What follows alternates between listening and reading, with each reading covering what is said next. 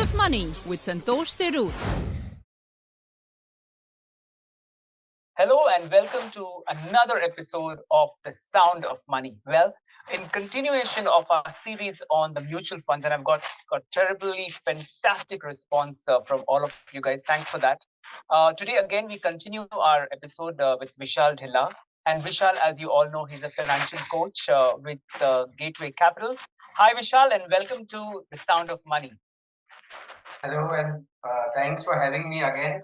And I'm so happy that everyone appreciated the last one which we shot about how should one think about personal finance. Yeah, absolutely. And today, when we were discussing I was discussing with Vishal as to what kind of episode we should do on mutual funds. One idea that came in his mind was about NRI clients, non-resident Indians who are basically abroad and want to look at Indian markets, want to invest, but don't know how to go about with that. At the same time, there may be clients or NRIs who are already invested in India, but want to know a bit more better about Indian. The very fact being that India is, the next 10 years, the decade is a really strong, powerful one, as we all call it, the India's ABC, right? It's the aggressive, the bold, and the confident India that's powering ahead in terms of economy, in terms of growth, and in terms of progress. So that's how it goes. So Vishal, welcome to the episode on the Sound of Money. And well, let's roll it out. So the first question, probably, I'm sure in everyone's mind is, why India? Because as NRIs, they have options to invest in the US, the Asia Pac, or in the European markets. But why India now, suddenly? So, yeah, you're right. It is not suddenly, but like you rightly mentioned in the opening remarks, if you notice, the world order is changing, and it is changing for sure. So, maybe if you take, say, about 200, 300 years back, some of the Asian countries, including India, China, we were almost more than, in fact, India was at some point 35% of the world GDP, which perhaps is now down to some 3% odd on nominal, and purchasing parity wise, maybe 7% of the world GDP. But every 100, 150 years, this leadership keeps changing. So it went from India, then China, then it went towards the European countries. For a brief while, it was the British era, then it moved to another European countries, then further west to America or the US. And now, again, after having a great dominant sort of an era, it is again moving to somewhere in the east. Where does it end up with? Time will say, because there are a lot of good contenders. There is India, there is China, there is Indonesia, Korea, Vietnam. But what stands out for India is that the population, right? So we are almost 1.4 billion people in India, which is almost 140 crore people. Even better, this 140 crore is a very good demography, right? Like if you see some of the, say the Chinese demography or the European demography or even the Japanese demography, it is the aging population. It has a direct impact on the working age population going down, and because of that, the productivity goes down.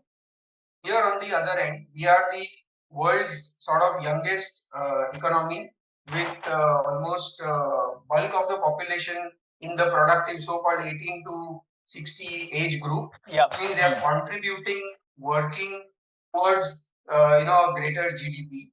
So that I feel is one of the biggest positive. Number one. Number two, also if you see, like even if you take last 50, 70 years of India's nominal GDP, we have always been north of 12%, sometimes even 15. So the real GDP growth is somewhere around 6% to 8%, and inflation is again somewhere to the tune of 6% to 8%. If you take the nominal GDP, forget like this 10 years or that 10 years, we have always been fortunate to grow on a nominal basis, always north of 12%, sometimes even 15. So that I feel is something which you have to keep in mind. Another important thing which our Prime Minister always keeps on harping, he calls this era of India as Amrit Kal for a reason, because we have already reach 3 trillion of the GDP size, and we have very, very clear vision of how we will get to 5 trillion. So whether it is capex growth, whether it is infrastructure investments, whether it is building highways, metros. So in every space, we are very, very focused. How do we get to 5 trillion? So I think that gives a very clear understanding that you cannot miss out or ignore India as an asset class. Absolutely. In fact, Yes. just to add one more thing, when did you last hear the president of US coming on air and saying that because of India's airplane orders, we will be having 1 million jobs in the US? Like just imagine 10 years back, it would be the other way around, where India would announce something like that. Absolutely. Right? Yeah, absolutely. And that's where India's demographic dividend, as we say, the young population is going really adding on to that powerhouse. When it comes to NRIs, what are the kind of options one has to invest in a country like India? So again, I have never seen such a beautiful, I would say, coming together of both the asset classes. Fixed income, after a long, long time, because the interest rates are on the way up, the FCNR deposits, whether basically it's a dollar denominated deposits, or even the bank FD rates in India are at a very, very good levels.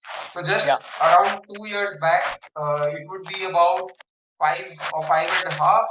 We are north of 7.5, 8% already, right? So not only does fixed income look good, but even on the equity side, where because we are growing so fast, we are moving from 3 trillion to 5 trillion, which means the per capita GDP, which is say roughly about $2,100 per person in India, is slated to go towards say 5,000, 10,000 eventually. And you take the history, whichever country, whether it was US, China, Japan, or whichever country, when the economy moves from 3 trillion to 5 trillion to 10 trillion, the per capita GDP goes up dramatically. And the multiplier of that is this, that when your per capita goes up, your discretionary spend goes up very high, which means that what you are only spending on your food, rent, shelter, also now starts getting into vanity spend. So you do more vacations, you buy more, consumer discretionary items like a better car and all of that. So what happens is when all these activities happening, there are a lot of companies which make a lot of profits, and you want to be a part of that growth. And how do you do that? Is you participate via the equity route, which is maybe a mutual fund, maybe shares. But the real juice, I would say, is on the equity side. But at the same time, do not ignore the fixed income asset also, because fixed income after a long time is looking very, very good in India. Okay. But as NRIs, since you're abroad, of course, now with digitization, the kind of reach is immense and unthinkable years back. Everything is literally at the touch of a button. But for as NRIs, right? What's the kind of professional help that is available in India? How is it that they can reach out? If I was a new NRI investor, what's the step 1, 2, 3 that I need to follow? So again, NRI is a very, very big community, because a lot of Indians out there are remitting. So you would be amazed that Indians remit close to about $87 billion annually back to India. And why would somebody send money back to India? Is because some of them eventually want to come back and settle in India, right? So if that is the case, the professional help comes through in many ways. You have to find out what is enough for you. Number one. Number two, are you prepared to come back and settle? Right. So we have seen a lot of, when in our 18 years history, we have seen a lot of NRIs over sort of commit to their kids' education sometimes, which means that there is little left for their own retirement corpus. So the professional help is not more so in terms of where to invest. Of course, that is important, but it is more in terms of are you ready to hang up your boots? Are you ready to come back? So there are a lot of these nuances where there is an activity which we do to find out what is the expenses of the family, where do they want to settle in once they come back to India, and basically create a secure cash flow for their retirement.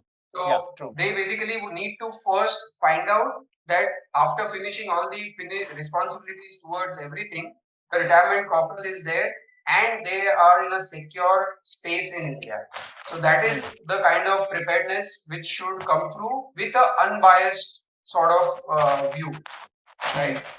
Absolutely. In fact, when we talk of NRIs, apart from people who are in the finance category, who probably would be aware of mutual funds and other investments, and even for that matter, investing in India, there are a whole lot of people who are as NRIs in different sectors of industry, and who probably are not so much in touch with the industry or in terms of the finance industry, be it IT and many more such industries. What are the key concepts one should know, Vishal, as a novice, and who should be keeping in mind, because the last thing one wants is that hard-earned investment is invested, and something happens and terribly goes wrong, and then it's all lost. Because that's one thing that's in their mind, right? It's another country end of the day. True. So you will be amazed that not only the other industries, but even finance professionals end up not making the wisest decisions when it comes to overseas investments or NRI investments. Why that happens is that because unlike for a resident individual, there are a lot of laws which govern inter-country investment. So there is a FEMA law, there is an income tax law. So you have to be aware that what kind of a bank account you have to have. For example, the bank account, the moment you go for work outside India, the very next day, as per FEMA, you become a non-resident, which means you have to instruct your bank to convert your bank account to NRO. You have to convert your demat account into NRO, right? If you are coming back, there is a special status for individuals. It is called as not ordinary resident, right? So basically, there are a lot of benefits for NRIs as well as a lot of obligations. And because whichever geography or whichever industry one may work with, but you have to know the nuances so that you are not on the wrong side of the law and you don't end up paying a lot of penalties and all.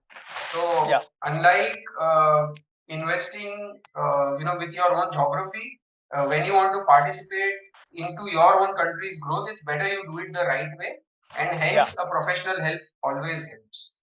Okay. And, I'm sure now, especially NRIs who have been outside India for years, vis-a-vis NRIs who just recently in the last, in the digital age moved. I'm sure between them, there is that knowledge difference. The newbies know that there's so much of banks which are far more advanced than even countries abroad, right? Indian banks are far more digitized. You just take case example of UPI. Vis-a-vis other NRIs who've been there, done that years back. So what kind of assurances would you like to give to these kind of investors who are abroad, been there in those countries for years and still want to start maybe, or they're already investing in Indian markets, but kind of assurance from your side as a financial coach? So I would say, in fact, like you rightly mentioned, we are the world's first country to move from a T+3 settlement to a T+1 settlement. So right now, as we speak, we are the only country who does the settlements in one day, right? So because of COVID, I would say we had this digital leap. We didn't go through the learning curve which most of these financial markets had to go through. And we learned from their mistakes. And we are, in fact, I would say one of the most regulated, transparent markets, whether it comes from a securities market, there is a watchdog SEBI, whether it is from a banking perspective, there is Reserve Bank of India. So I feel we are already setting trends. UPI is the biggest success story. Right now, world over, people want to replicate the UPI implementation in their country. Absolutely. And are there any landmines, in terms of any cautions that you would like to kind of give to the NRI investors? One needs to be cautious about. Yeah, so basically, the end purpose should be very clear. The end purpose is to protect your hard-earned money, right? So when you come to India, or even these days, it's the world of social media. So there are a lot of these trading apps. So basically, what has happened is because of COVID, the investing habit has become gamified. So there is gamification of investing, right? So it's become very fancy to just go on to these trading apps and do all this stuff. But SEBI just last week released a new study, and they mentioned, Santosh, you will be surprised. They mentioned that 91% of the traders last year in 2022 made losses, right? Wow. So which clearly states that, like, if you just want to trade for fun, it is not going to serve your purpose. So that is one clear, I would say, a landmine which one should look out for. Another one is, please say no to free advice of friends and relatives, right? So because once you come to India, there are a lot of your bank RMs who want to sell some product or some solution which you have no need of. So my suggestion is that it's exactly similar when you go to a doctor. If you go to a financial coach, they have to ask you, what is your need? What are your expenses? What are your kid related education expenses? Are you supporting your parents? So these are all relevant questions. Without diagnosis, if anybody is giving you products or solutions, it does not make sense. It is serving their purpose and not yours. So these two, three things I think you have to be very, very cognizant of, because it's your hard-earned money. You have been away from your country for so many years and created this pot, and you have to protect it well. Absolutely. Vishal Dhilla, financial coach, Gateway Capital. Always a pleasure talking to you on The Sound of Money. Thank you so much. Thank you so much. Thank you so much. Well, with that, we come to the end of this episode of The Sound of Money, a very special episode on mutual funds, especially for our NRI, folk. Hope you guys enjoyed it. Do write in to me on thesoundofmoney@gmail.com. And if you would like to know more about this program, do subscribe to this channel. For me, Santosh Sirur, and my guest today, Vishal Dhilla, thanks again for joining in. Take care and bye-bye.